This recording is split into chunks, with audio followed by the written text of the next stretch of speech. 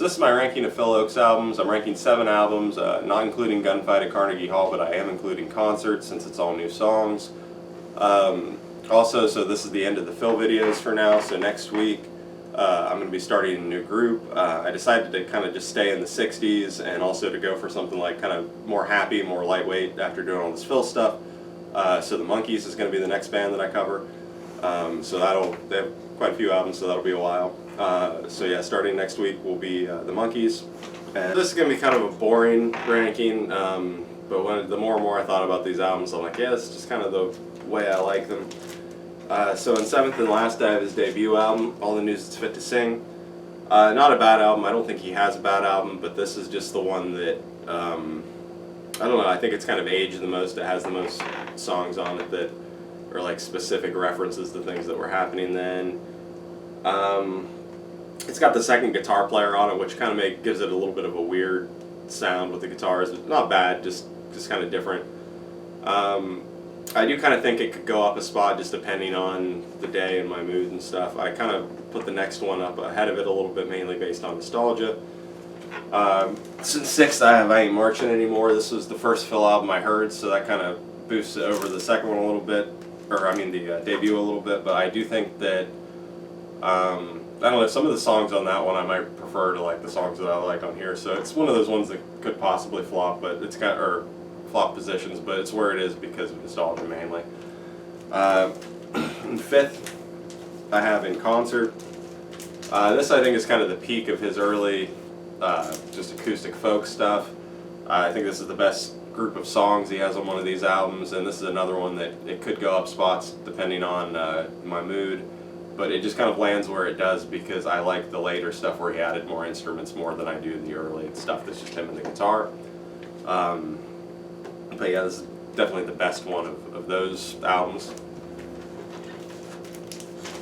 So in 4th, I have his 4th album. I'm kind of just going in order here. Yeah, Pleasures of the Harbor. This one, like I almost put this lower because I think that I have more problems with this album than I have with In Concert. But I think the peaks of this album are kind of higher than that album. It's not. I love this album, but it's not a perfect album. I have some issues with some of the ways they did the songs, some of the production stuff, like mainly the title track. They just did it like a little too slow, a little too overblown. If it was more like it was on the Gunfight at Carnegie Hall one, it would be perfect. But yeah, great album, but just kind of ends up 4th because some of the production stuff. 3rd, I have Tape from California. So still just going in order here. Yeah, this one, great album. I think it blends the different parts of his career probably more than most of the other ones. So probably one of the more like accessible albums of his, I would say. I don't know.